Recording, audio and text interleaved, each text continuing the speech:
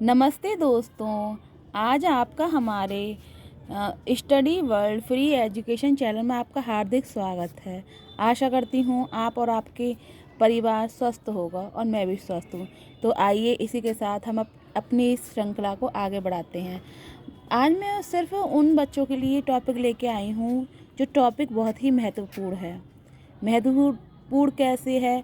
तो देखो, हम जीरो से लेके चाहें तो हम किसी भी अच्छे से कंपटीशन की तैयारी कर लें, आईएएस की, पीसीएस की, उनमें ये वाले जो विचार होते हैं जो अक्सर करके आते ही हैं।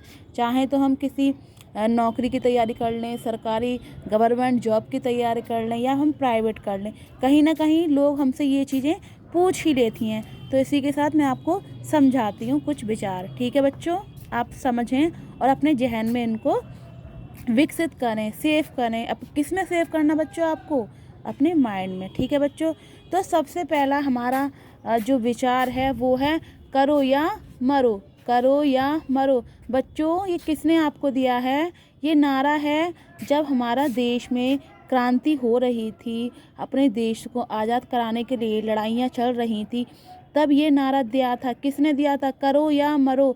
ये नारा दिया था महात्मा गांधी ने। मैं लिखने को यहाँ पे लिख दूँ, लेकिन अगर मैंने लिख दिया तो फिर आपका जो सस्पेंस है वो ख़त्म ही हो जाएगा, इसलिए मैं लिख नहीं रही, मैं सिर्फ आपको बता रही हूँ।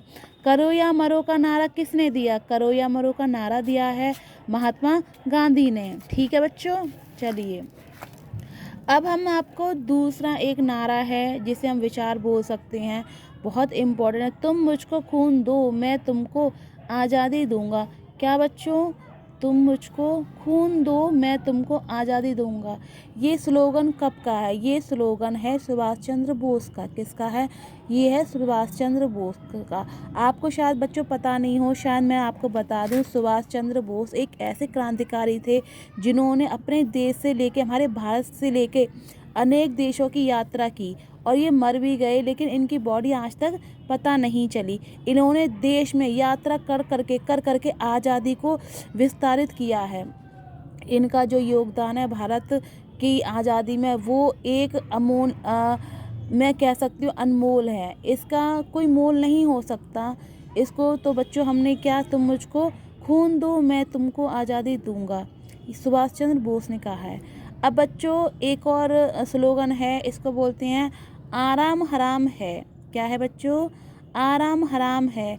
जी, मैं आपको थोड़ा हिंट देना चाहूँगी। आराम हराम है ये स्लोगन उस व्यक्ति ने दिया है जो हमारे स्वतंत्र भारत के पहले प्रधानमंत्री बने थे। कुछ बच्चों याद आया आप लोगों को? मुझे लगता है शायद कुछ कुछ तो याद आना चाहिए। अब आप पढ़ते हो, चलो मैंने तो पढ़ाई काफ़ी टाइम पहले छोड़ दी, लेकिन बच्चों आप तो पढ़ रहे हो, आपको याद होना चाहिए। चलिए मैं ज़्यादा देर ना करते हुए आपको बताती हूँ। आराम हराम है ये स्लोगन है हमारे प्यारे चाचा नेहरू का। किसका है बच्चों? श्री जवाहरलाल नेहरू का। ओके बच्चों, चलो हम आगे चलते हैं। मैं हर एक क्वेश्चन के साथ उससे जुड़ी एक आपको स्टोरी बताऊंगी जिससे आपके माइंड में ये चीज़ें सेट होने में आसानी होगी। ओके बच्चों, अब एक और स्लोगन हमारे सामने आ जाता है, नंबर 4। स्वतंत्रता मेरा जन्म सिद्ध अधिकार है, इसे मैं लेकर रहूँगा। अब बच्चों आपको शायद याद होगा और याद होना भी चाहिए। मैं आपको शायद बताना चाहूँगी कि हमारे यहाँ पे दो वो थे। कौन कौन से दल थे? दो दल थे। एक था गरम दल और एक था नरम दल। गरम दल के जो नेता थे कौन थे? गरम दल के जो सदस्य थे बाल गंगाधर तिलक जी, उन्होंने ये स्लोगन दिया है। ठीक है बच्चों, अब याद रखना ये कौन से, हमारे यहाँ पे जब आज़ादी भारत के लिए लड़ाइयाँ चल रही थी तो दो दल बने थे। कौन कौन से बने थे? एक नरम दल और एक गरम दल। नरम दल में वो लोग थे जो, जैसे कि महात्मा गांधी, कि आप कोई हमको जब एक गाल पे थप्पड़ मारे तो हम उसको दूसरा गाल आगे कर दें। लेकिन जितने भी क्रांतिकारी थे, जैसे आपके भगत सिंह और चंद्रशेखर आज़ाद, इकबाल चटर्जी, ऐसे ये गरम दल के थे। ये क्या कहते थे कि हम ईंट का जवाब पत्थर से देंगे। कैसे देंगे? पत्थर से देंगे। तो उसमें एक और उनका सदस्य था श्री बाल गंगाधर तिलक जी। अब एक और नारा चलता है, इंकलाब जिंदाबाद। इंकलाब जिंदाबाद भी गरम दल के एक नेता ने दिया था। नेता नहीं कहूँगी, सदस्य कहूँगी। इनका नाम था इंकलाब जिंदाबाद। ये दिया है एक श्री इकबाल जी ने। किसने दिया है? श्री इकबाल जी ने। ये भगत सिंह के आज़ादी में, आपको शायद याद होगा, जो 72 दिन ये भूख प्यास में रहे थे, इन्होंने जेल में अपना समय व्यतीत किया था, उसमें ये भी शामिल थे। इन्होंने श्री भगत सिंह जी का बहुत ही सहयोग किया है, श्री इकबाल जी।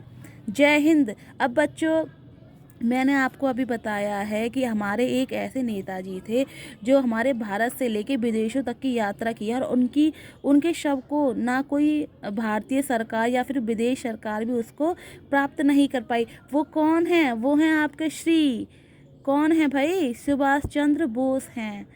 तो आशा करती हूँ बच्चों आप थोड़ा सा मेहनत आप करो, थोड़ा सा मैं करूँगी और हमारी बात बन जाएगी। वो कहते हैं ना, चलते चलते बन जाते हैं रास्ते, उसी हिसाब से चलिए अब हम आगे चलते हैं। जय जवान जय किसान, ये है मोस्ट इम्पॉर्टेंट स्लोगन हमारे भारत का, जय जवान और जय किसान। क्योंकि आप भी जानते हैं और मैं भी जानती हूँ, बिना किसान के भारत क्या किसी विश्व की किसी भी देश की कल्पना नहीं की जा सकती। क्योंकि एक बार को बिना कंपनियों के देश जीवित रह सकता है, लेकिन बिना किसान के, बिना फसल के देश जीवित नहीं रह सकता। इसीलिए ये आपका नारा किसने दिया है बताइए? ये दिया है लाल बहादुर शास्त्री जी ने। किसने दिया बच्चों? लाल बहादुर शास्त्री जी ने। अब देखो, सरफरोशी की तमन्ना अब हमारे दिल में है। ये किसने कहा है मेरे प्यारे बच्चों? ये किसने कहा है? ये किसने कहा है? मुझे बताइए ज़रा, ये किसने कहा है? ये किसने कहा है? सरफरोशी की तमन्ना अब हमारे दिल में है। ये किसने कहा है बच्चों? ये किसने कहा है? मुझे बताइए ज़रा, बताइए बच्चों। आप भूल रहे हैं, पर मैं आपको याद दिलाना चाहती हूँ कि ये किसने कहा है। ये आप याद कीजिए, लाठी डंडों से जिन पे प्रहार करके उनकी मृत्यु कर दी थी, लाठी डंडे से प्रहार करके जिसकी मृत्यु कर दी थी, वो श्रीमान लाला जी। श्रीमान लाला जी आपको याद होने चाहिए, श्रीमान लाला जी आपको याद होने चाहिए। राम प्रसाद बिस्मिल है इनका नाम, राम प्रसाद बिस्मिल है इनका नाम। मैं एक एक नारे से स्टोरी को कनेक्ट इसलिए कर रही हूँ बच्चों, मैं एक एक नारे से स्टोरी को कनेक्ट इसलिए कर रही हूँ बच्चों, जो आपके जहन में ये यादें बिल्कुल सेव हो जाएं। ठीक है बच्चों? वेदों की ओर लौटो, वेदों की ओर लौटो किसने कहा है बच्चों? अब एक बात बताइए मुझे, वेदों की ओर लौटो को हम एक स्लोगन की तरह से ना लेते हुए हम एक प्रगति के प्रेमी के तौर से लेते हैं, तो ये किसने कहा? ये कहा दयानंद सरस्वती ने। और आपको शायद याद होगा, दयानंद सरस्वती रामानंद सागर के गुरु भी थे। क्या थे बच्चों? गुरु भी थे। ठीक है बच्चों? अब मैं आपको एक कमेंट बॉक्स में एक क्वेश्चन आपके लिए दे रही हूँ, वंदे मातरम किसने कहा है? अब जितने भी मेरे यूट्यूब फैमिली के सदस्य मुझसे जुड़ रहे हैं, वो उन सब से आपको एक होमवर्क दे रही हूँ, वंदे मातरम किसने लिखा है? आप इस प्रश्न का उत्तर मुझे दीजिए कमेंट करके। अच्छा, आपको ये वीडियो पसंद आई हो तो मेरे इस चैनल को लाइक करें, सब्सक्राइब करें और अधिक से अधिक संख्या में इसको शेयर करें। ठीक है? जय हिंद, वंदे मातरम दोस्तों।